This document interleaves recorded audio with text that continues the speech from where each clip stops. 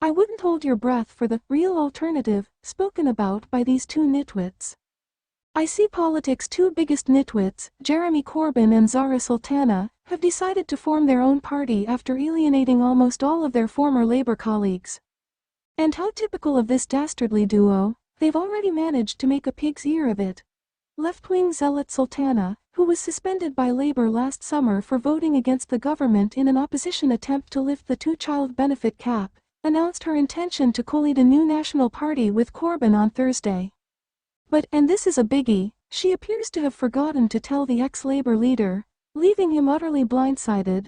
No wonder he was said to be furious and bewildered when he finally took to X, formerly Twitter, 24 hours later to acknowledge Sultana's statement. He had little to say aside from noting her principled decision to leave Labour, utter tosh, and her ability to help us build a real alternative. What does this even mean? And that's the gist of it. In what world do these two agitators, I refuse to call them politicians because they're far from it, believe that they can offer anything close to what the British public needs and wants? Corbyn is a failed leader who brought Labour to the brink, and Sultana is a clueless twerp who spends most of her time howling about Israel and pandering to Gaza obsessives.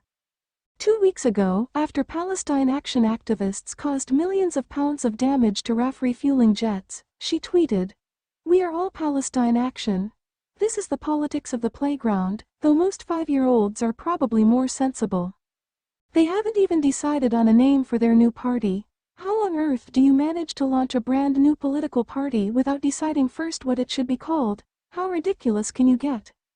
I read one report with glee that the pair's preoccupation with Israel might lead them to settle on the name, the Anti-Zionist Independent Party. You know what, I really hope it does, because that's sure to be a bigger death knell than the launch of the independent group. Remember them? Back in 2019 in Nando's? Look, what Britain needs right now is a strong leader to tackle our spiraling immigration, our woke ideology, and the growing threats to our national security. Nigel Farage is clearly the only man for the job, hence the swell of support for reform across the country. What we definitely don't need is another hard-left splinter party offering namby-pamby intellectualism, and even if we did, Corbyn and Sultana would be the last on your list for its leaders. Disorganized, divisive and inept, they're also increasingly irrelevant. I know that, you know that. It's surely just a matter of time before the penny finally drops. But with these dumbos in charge, who knows how long it will be?